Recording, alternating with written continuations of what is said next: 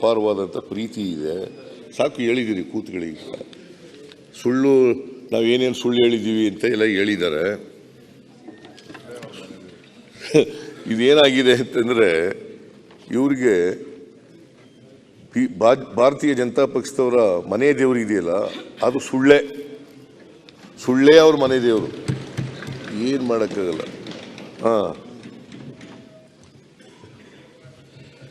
ಆಯಿತು ಮಾನ್ಯ ಅಧ್ಯಕ್ಷರೇ, ನಾನು ಬರ್ತೀನಿ, ಹಾಲಿನದಕ್ಕೂ ಬರ್ತೀನಿ, ಆಮೇಲೆ ಬರ್ತೀನಿ, ನಿಮಗೆ ಹೇಳ್ತೀನಿ. ಮಾನ್ಯ ಅಧ್ಯಕ್ಷರೇ, ಪ್ರಜಾವಾಣಿ ಎಡಿಟೋರಿಯಲ್ ಓದಿದೆ.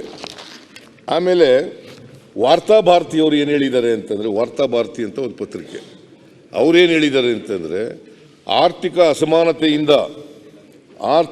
ಅಸಮಾನತೆಯಿಂದ ಬಸವಳಿದ ಜನರಿಗೆ ಗ್ಯಾರಂಟಿಗಳು ಸಾಂತ್ವನ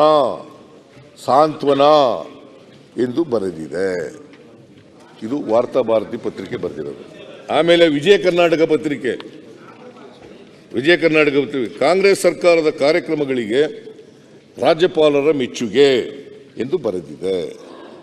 ಹಾಗೆಯೇ ತೆರಿಗೆ ಪಾಲು ಸಿಕ್ಕಿಲ್ಲ, ಅನುದಾನ ಬಂದಿಲ್ಲ, ಬರಕ್ಕೂ ನೆರವಿಲ್ಲ, ಕೇಂದ್ರದ 3 ಅನ್ಯಾಯ ಎಂದು ಇದೇ ಪತ್ರಿಕೆ ಪ್ರಸ್ತಾಪ ಮಾಡಿದೆ. ಯಾವ ಪತ್ರಿಕೆ? ವಿಜಯ ಕರ್ನಾಟಕ ಪತ್ರಿಕೆ. 5 ಕೋಟಿ ಕನ್ನಡಿಗರು ಈಗ ಮಧ್ಯಮ ವರ್ಗ ಎಂದು ಬರೆದಿದ್ದಾರೆ. 5 ಕೋಟಿ ಬಡತನದ ರೇಖೆಯಿಂದ ಕೆಳಗಡೆ ಇದ್ದವರು ಅವರೆಲ್ಲರೂ ಕೂಡ ಈ ಗ್ಯಾರಂಟಿಗಳಿಂದ ಹೊರಗಡೆ ಬಂದು ಮಧ್ಯಮ ವರ್ಗಕ್ಕೆ ಮೇಲಕ್ಕೆ ಹೋಗಿದ್ದಾರೆ.